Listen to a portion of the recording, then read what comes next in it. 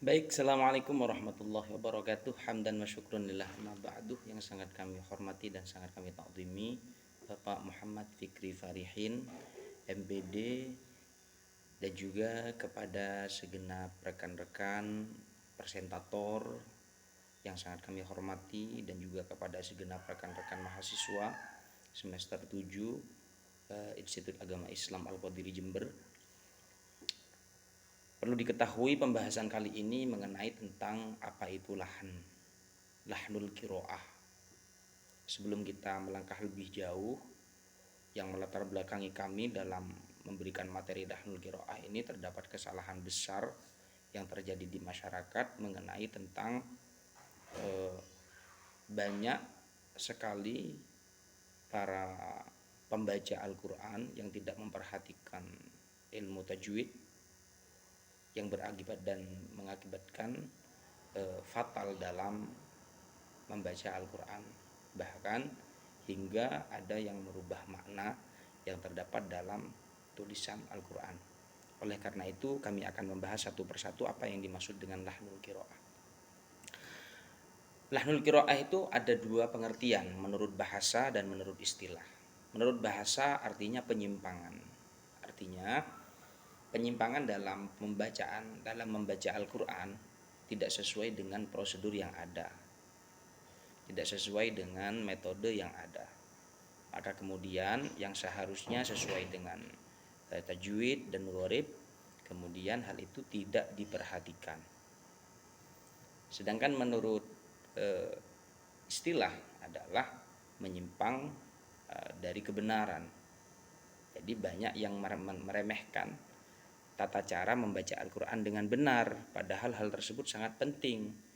Kenapa bisa dianggap penting? Karena hal tersebut tidak bisa dianggap remeh, karena yang ada di dalam Al-Quran itu semuanya adalah kalam ilahi atau kalam Allah Subhanahu wa ta'ala yang seharusnya kita jaga dalam segi sikap dan cara membaca juga. Selanjutnya, pembagian lahan. Lahan itu ada dua. Yang pertama adalah lahan jali. Apa sih yang dimaksud dengan lahan jali? Lahan jali itu adalah kesalahan yang sangat jelas, baik dalam segi merubah huruf, merubah harokat, kemudian banyak hal ya. Kemudian ada juga yang seharusnya memberikan tasydid, tanda tasydid itu tidak dibaca tasydid. Kemudian ada lagi merubah wakof, tata cara berhenti, bagaimana cara meneruskan dan sebagainya.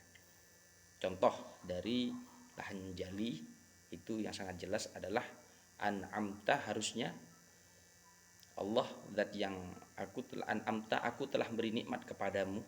An'amta itu dibaca an'amtu, aku memberi nikmat kepada aku sendiri. Nah, itu salah, kesalahan yang sangat fatal, yang sangat jelas. Kemudian dengan makna lagi kafirun, harusnya menggunakan tha, dan itu kita hanya membaca ringan dengan tha diganti dengan sin, kasirun. Itu sudah memiliki makna yang berbeda, merubah huruf. Maknanya adalah kalau kafirun banyak, sedangkan kasirun itu adalah sedikit, pecah dan sebagainya. Kemudian ada lahan khofi. Apa itu lahan khofi? Lahan khofi itu adalah kesalahan yang samar atau tersembunyi. Harusnya gunnah, seperti membaca dengung innallaha astafa, innallaha astafa, itu harusnya dibaca innallah, itu hanya dibaca innallaha astafa. Amma yatasaalun dibaca amma yatasaalun, ini lahan khafi. Kemudian perbedaan antara mad jaiz dan mad arif disukun, mad jaiz dan mad jaiz dan mad wajib. Kalau mad wajib itu wajib dibaca panjang. Panjangnya adalah 2,5 alif atau 5 harokat. Sedangkan mad jaiz munfasil itu boleh dibaca panjang ataupun boleh dibaca seperti halnya mad tabi'i. Tuh, makanya dikatakan mad jaiz, boleh 5 harokat atau 2,5 alif, atau boleh dibaca dengan 2 alif atau 1 alif 2 harokat. Itu seperti itu. Oleh karena itu dalam pembacaan Al-Quran kita harus menekankan bahwa hal yang harus diperhatikan terlebih dahulu Kita mulai dari awal, kita belajar dengan sungguh-sungguh melalui metode qiraati, tartili, jambu'a dan sebagainya, supaya kita lebih fasih dalam menyampaikan, mengeluarkan makhraj. Dan kemudian supaya kita juga lancar dalam proses membaca, dieja mulai dari aba, tafa, bata, jaha, jakha dan sebagainya. Kemudian membedakan antara sin sama fa, sin, shin, sod, so dan sebagainya. Itu yang harus kita perhatikan. Karena kenapa? Supaya kita terbiasa ketika kita berjumpa dengan bentuk huruf yang sebegitu rumit menurut orang-orang yang masih belum menguasai tentang Al-Quran. Tapi kalau orang sudah biasa bahwa Al-Quran sebanyak apapun tulisannya itu akan membawa keindahan bagi kita dan kesenangan bagi kita. Itu seperti itu.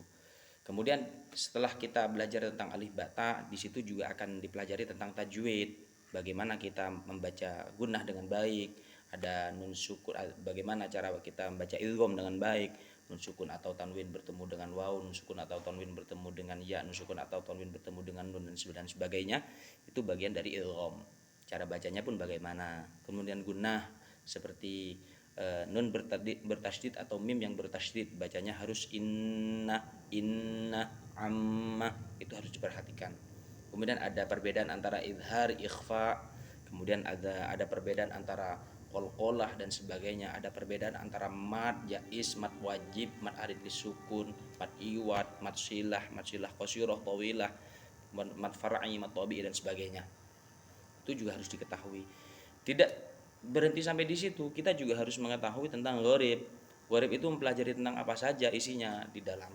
Di dalam gharib itu yang dipelajari adalah bagaimana cara kita melihat tanda-tanda yang ada di dalam Al-Quran seperti wakof, shot lam, kof, lam alif, za, shot itu tanda wasol, lebih baik terus daripada berhenti.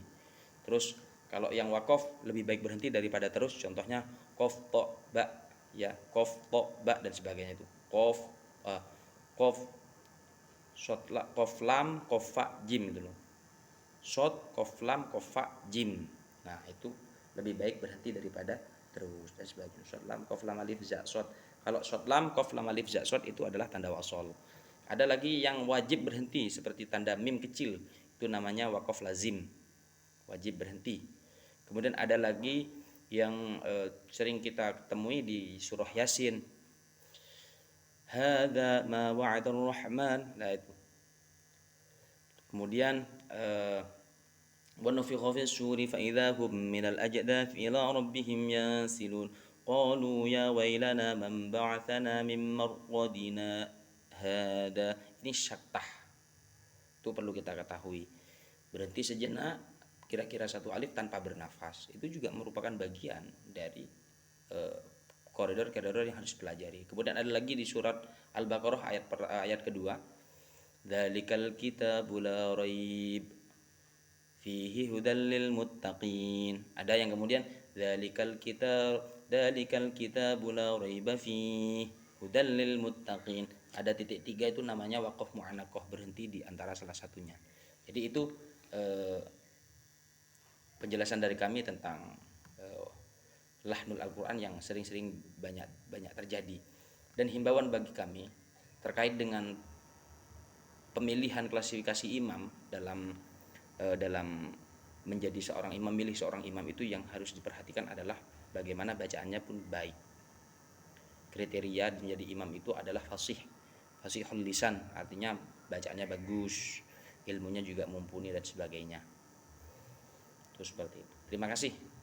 Sekian dari kami. Assalamualaikum warahmatullahi wabarakatuh.